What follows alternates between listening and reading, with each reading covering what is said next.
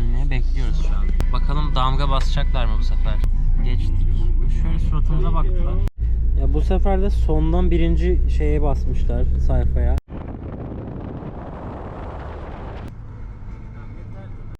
Taksici abi bize kıyak yaptı. 2 dakika dedi. Burada bakın buraya. Oğlum burası çok güzelmiş. Ne bu? Bu ada ne? Nasıl geçiliyor adaya? Ben çok keyif aldım bu yolculuktan. Okay. You are a good man. Okay. Thank you. Okay, thank you so much. Thank you. Bye. Nice to meet you. Bye. Eyvallah. Eyvallah. Eyvallah. Yoldaş. Budva'ya geldik. Şimdi şu taksi olayını anlatmak istiyorum. Biz şimdi 40 euroya bu taksiyle bu adamla gitmeye karar vermiştik. Ama ne oldu? Sınırda yurt dışı çıkış pul harcı varmış abi. O da kişi başı 3 euro. 9 euro istedi. Yani ne oldu? 49 euro. Ben verdim 50 euro. Dedi ki 1 eurom yok. Dedik o da helal olsun. Yani 50 euroya geldik. İyi ya, ben sevdim. Ben o müziklerle yolculuktu. çok keyif aldım ben. Evet. Yol müthişti, müzikler müthişti. Hizmet güzeldi öyle diyelim. Hizmet güzeldi. Yine internetimiz yok. Sim kart almayacağız ya. 2 gün falan, 3 gün Karadağ'dayız. Zaten burada euro olduğu için biraz pahalıdır diye düşünüyorum. Bu arada hostel rezervasyonu yapmadık biz. Niye yapmadık hiç bilmiyorum. Şu an internet bulup rezervasyon yapmamız lazım. Ama boş boş yürüyoruz şu an. Şu ana kadar bak Kosova'da euro geçiyordu. Arnavutluk'ta leke. Şimdi tekrar euroya döndük. Euro harcaması çok keyifli ama. Böyle bozuk paralarla falan bir şeyler alıyorsun. Çok çılgın. Hayır. Yanlışlıkla çekti ya. Olma hep böyle oluyor. Yanlışlıkla çektim ya. Umarım komisyonu yoktur. Hostel Budva, çok yakınız buna. 9 euro en düşük. Ben yer ayırdım arkadaşlar. Onaylandı. Evet, hostele geldik. Tabii siz bunu yazın böyle yapmayın. Önceden rezervasyonları yapın. Çünkü yazın full olabilir. Son dakika yer bulamayabilirsiniz. Biz kış diye zaten boş oluyor hosteller. Ve buradayız. Arda. Evet, Biz arkadaş mıdınız? Ayrı ayrı Evet. Dedim ellam gelmeyecek. Ben gördüm. 1 euro şehir vergisi hariç 1 euro diyor değil şehir mi? vergisi Tamam, ben doğru hariç okumuşum oluyor. o zaman. Onunla beraber şimdi benim sistemimde de artı 1 euro ekliyor. Anladım. Siz ödüyorsunuz. Biz ödüyoruz. Tamam. Tencere, tava ve tabak, bardak, çanak şu kapaklı yerde Aha. arkadaşlar. İhtiyacınız olan her şey var. Sadece pişirecek olduğunuz şey hariç. İyi istirahatler. Çok teşekkür Dediğim gibi ederiz. Bir isteğiniz olursa Dolap böyle. Şurada da U kilit. Bu yüzden taşıyın diyorum yanınızda. Şuraya U kilidimi takacağım. Sizde yok tabii. Siz böyle takılın öyle. Sevgili günlük. Bugün çok ağlıyorum. Çünkü U kilidimi getirmiyorum. Bunu koyma. Koyacağım. Annemiz diyecek bir de. 700 bölü 33. Helal. 21 euro çekmiş. Onu gördüm de niye söylemedin? Oğlum hayvan gibi bir tek o yazıyordu ekranda. Sen nasıl görmedin onu? Ben bir de sen onu onayladığını görmedim ki. Sen rastgele bir şeye bastın. Para geldi. Neyse arkadaşlar, 100 euro çekince 20 euro komisyon tadında. Bu arada bu hostelde havluyla bedava sanıyorum ki. Ve şöyle yatak örtüsü bırakmışlar. Bir tane battaniye var. Zaten klima var şurada. Burası da dolap. Ben çok sevdim burayı. Yani yaz içinde herhalde pervane var. Yani 3 kişi için burayı kapattık. Çok hoş. Ayrı bir oda gibi yani burası. Banyoya bakalım arkadaşlar. Çok tatsız. Burası uygun fiyatlı bir marketmiş. Hosteldeki arkadaş söyledi. BİM gibi bir şeymiş yani burası. Lan Barillalar 1 euro. 30 lira. Atakan Şef. Islatalım istersen bir de biraz şu makarna suyu var. Evet, böyle kremalı makarna yaptık. Bakayım. Fesleğenli güzel kremalı bir makarna.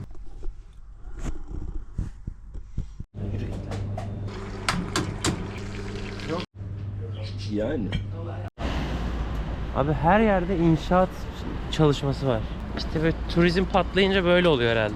Bundan eminim ki 15-20 sene önce burada incin top atıyordu. Oğlum çok güzel bir yer burası. Ne böyle? Bakar mısın? Bot turu fiyatı sorduk. 60 euroymuş toplam. Yani kişi başı 20 euro. 1 saat boyunca gezdiriyorlar böyle. Old Town'a girdik. Surların içinde. Bak burada Blues Bar varmış. Kapalı.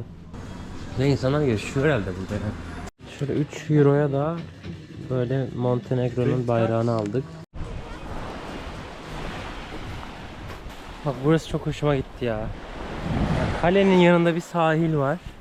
Kale surlarının. Ve burada bir sürü insan kahve içiyor, çay içiyor.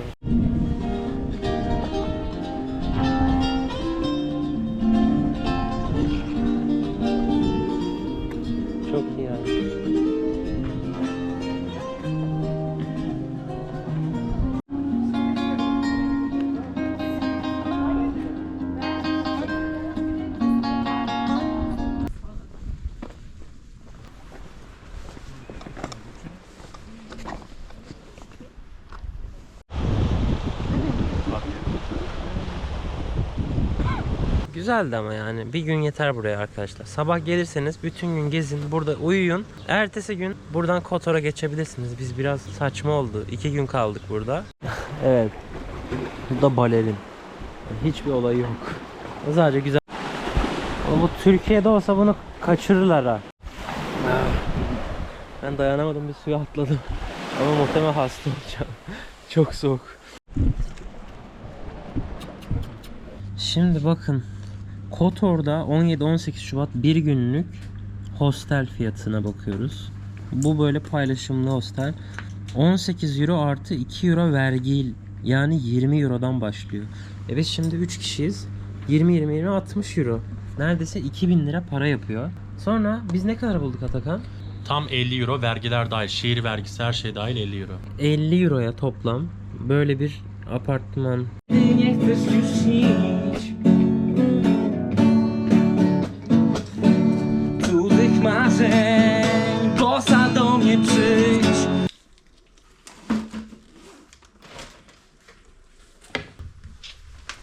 Bugün Kotor'a gideceğiz. Önce bir kahvaltı yapalım, bir kahve içelim. Toparlandık sabah 9'da, biraz geç kaldık ama.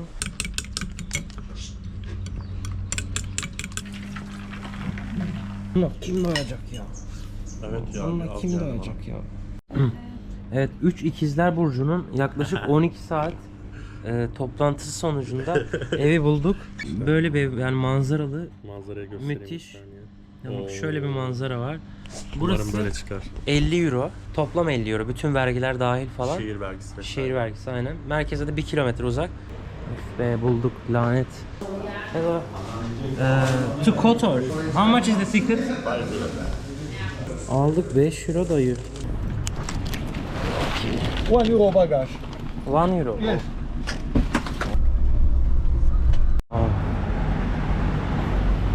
Yalnız çok çılgın gözüküyor ya. Keşke buraya 2 gün ayırsaydık. Şimdiden pişman olduğumu hissedebiliyorum. Şu görüntüye bakar mısın? Bak, bu deniz ve dört yanı böyle dağla kaplı böyle.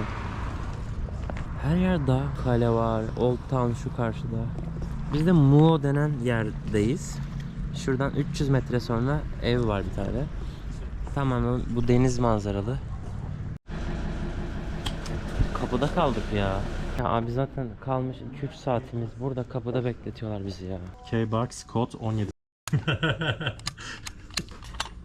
Hello. Oh be. Evet.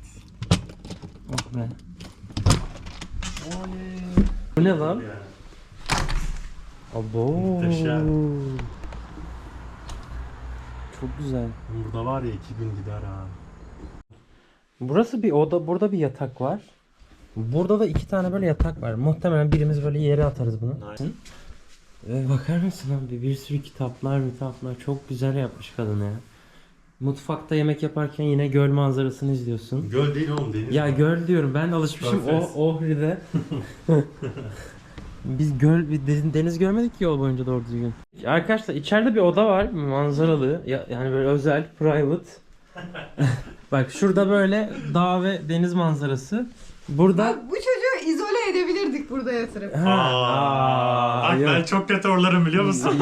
Bana bir haksızlık geldi. Kazanan içeride yatıyor. Hayır, tek Hayır, değil, 3 tek. üç Eğlencesi de- olsun. Evet. Ama Mesela 3 kere yenilen çıkıyor. Evet, 3 kere yeniden çıkıyor. 2 1 taş kağıt. Makas. Taş kağıt makas. Şimdi ben ikinizi bir aldın sen. Bir aldım. Sen birsin, biz sıfır. Hayır ama ben ikinizi birden yendim. 2 puan değil miyim ben? Hayır. 3 2 1 Taş kağıt makas. 2 Taş kağıt makas. Taş kağıt makas. Oo, 1 oldu. 1 1 1 Çok tatlı.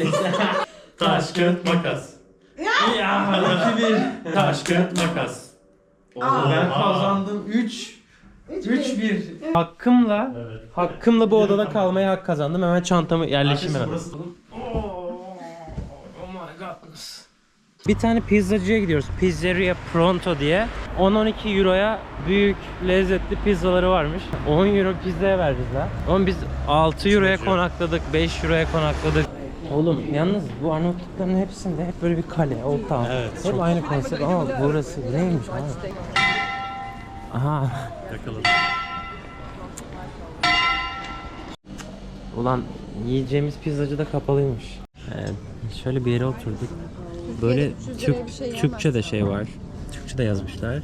Genel olarak böyle fiyatlar. Pizza yiyeceğim ben. Sen lazanya mı yiyeceksin? Lazanya yiyeceğim. Burada domates sosu da veriyorlar. Neyse 11 euro. Bu da ne kadardı? Bu da lazanya 12 euro. 12 euro. Tamam. Ben mantarlı, peynirli, beef. Bu smoked yani tütsülenmiş et herhalde. Nasıl, güzel mi? Mantarın tadı tuzlu.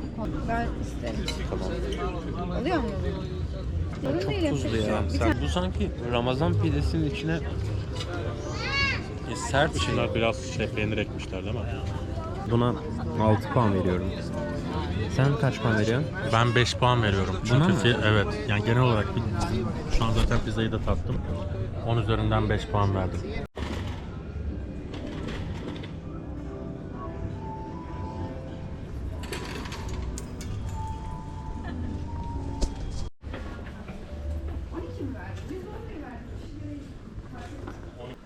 Bu arada biz bu Booking'den tuttuğumuz ev sahibine dedik ki bizim yarın 3'te otobüsümüz var. Biz sabahtan şehri gezmek istiyoruz. Check-out saati 11 ama onu 1-2 saat esnetebilir miyiz? 1'de çıkabilir miyiz dedik. Kadın kabul etti tabii dedi. Eşyalarınızı koyup gezebilirsiniz. Çıkarken her yeri kapatın vesaire bilmem ne. Parayı da masanın üstüne koyun dedi. Oğlum nasıl bir güven lan bu? Gerçi ödemezsek karttan çekerdim. Senin Ödemezsek kartı var. karttan çeker. Dedi ki 47 euro, 3 euro da şehir vergisi için bırakın. İsterseniz siz kendiniz ödeyin dedi. Bu arada normalde burada giriş ücreti vardı diye okudum. Ama şu an kimse yok ve şurada bir yazı yazıyor.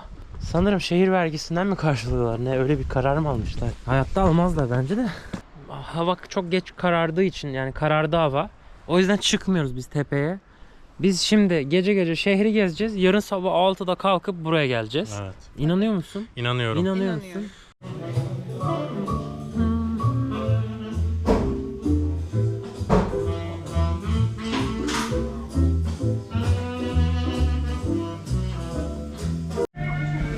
Şimdi Türkiye'ye götürmelik böyle biraz alışveriş yapacağız. Çikolata falan. Buradan Türkiye'ye götüreceğiz. Senin aldığın Sepetleri bu kadar doldurup suya para vermek istemememiz. Sepeti doldur. Ben gazlı suyumu alacağım arkadaşlar. Geğire geğire su Bu arada içeceğim. Benle dalga geçiyor ikisi. Ben Türkiye'ye götürmek için şunları aldım. 18 euro tuttu. Tamam. Bence gayet iyi. Şimdi Atakan'ı ziyaret edelim. Oğlum manyak mısın? Bak kaç tane gofret var? 2, 4, 5 Tamam, bunlar gofret, çok 6 güzel gofret, oluyor. 7 gofret. Esra'nın aldığına bakıyoruz. Bir sucuk aldık. Bir kokuyor. Çok güzel. Acayip is kokulu. Bu arada arkadaşlar birkaç Almanla tanıştık. Diyor ki bunları biz soymuyoruz. Bu zaten bağırsaktan yapılıyor. Biz böyle yiyoruz diyor. Ben soyuyorum. Niye soyuyorsun? Manyak mısın diyor. Neyse kardeşim iyi geceler. İyi geceler. Kendine iyi bak. Yarın sabah şuradan bir manzarayla uyanacağım ben. Günaydın. Hello.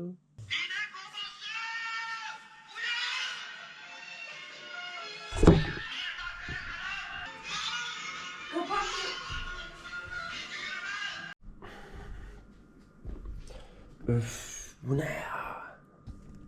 Müthiş bir manzara bu ya. Bir saatte bir çan çalması bana çok ilginç hissettiriyor ya.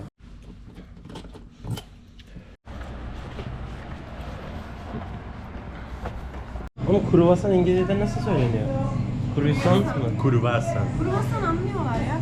Ha, helal food yazıyor. Arkadaşlar bu hemen sahilin yanında şöyle bir yer. Ucuza yemek yemek isterseniz bak ne var? Çörekte tavuk fileto 3 euro, tost sandviç 2,5.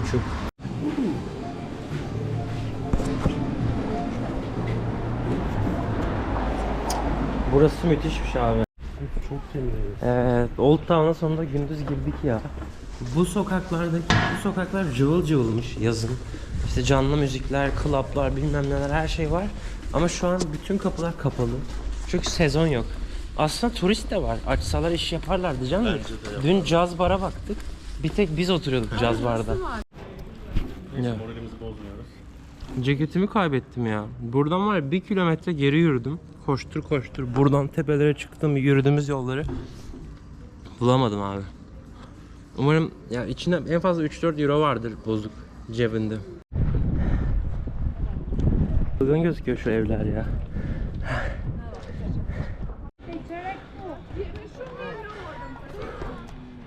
Çok dik.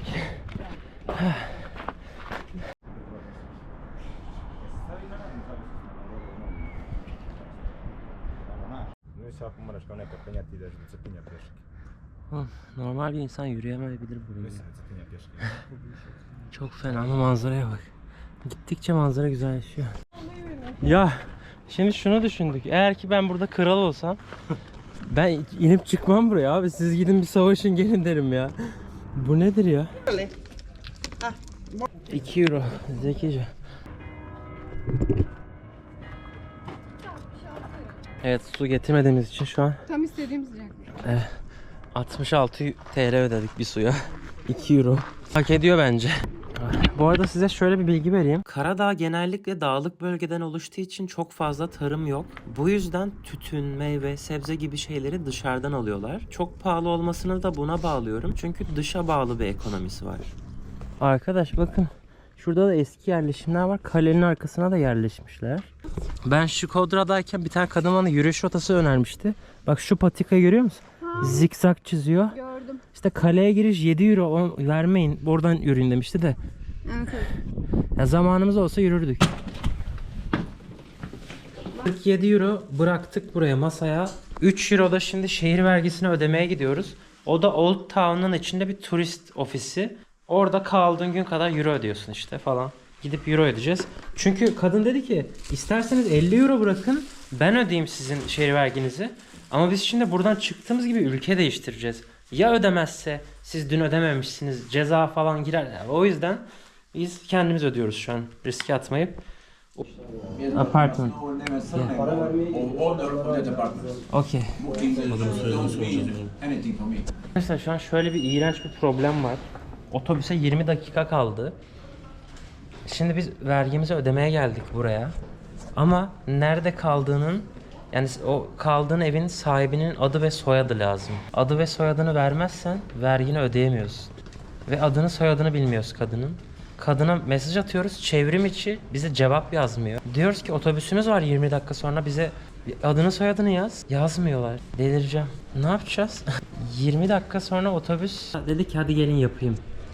Madem yapabiliyordun niye 5 dakika kala yaptın? Otobüsümüz kaçtı yani. Madem yazabiliyordun beni delirttiler ya. Ve biz de bir gün daha Karadağ'da mahsur kaldık. Yarın Budva'dan saat 8'de otobüs kalkıyormuş Priştina'ya. Arkadaşlar siz olun. Kaldığınız yer ödesin yani. Siz kendiniz ödemeye kalkmayın bu lanet şeyi. Which one is the Pristina, Kosova? He left? Oh my. Yok, kaçtı. Hadi. Güzel de. Güzeldi. Adios. Başarılar diliyorum Belgrad'da. Kosova, Pristina, what tomorrow? 8? Okay. Can we buy now? Pristina. Yes. Evet, yine Kosova'ya geldik. Bir yolculuğu faciaydı ya. Nereden dolaştı? Arnavutluğa girdi, Şukoler'den geçti, sonra Kosova'ya Prizren'den girdi, bilmem ne. 8 saat falan sürdü. 8 saat. Karadağ gezimiz kısaca bu kadardı. 3 gün Budva'da, bir günde Kotor'da kaldık. Kotor'a asla bir gün yetmez. 3-4 gün kalmanızı tavsiye ederim. Çok güzel olduğu kadar çok da pahalı. Düşük bütçemizle bu kadar gezebildik. Video hoşunuza gittiyse aşağıdan beğeni ve yorum yapabilirseniz bana çok büyük destek olursunuz. Kendinize çok iyi bakın. Yakında Tayland maceramla tekrar karşınızda olacağım. Hoşça kalın.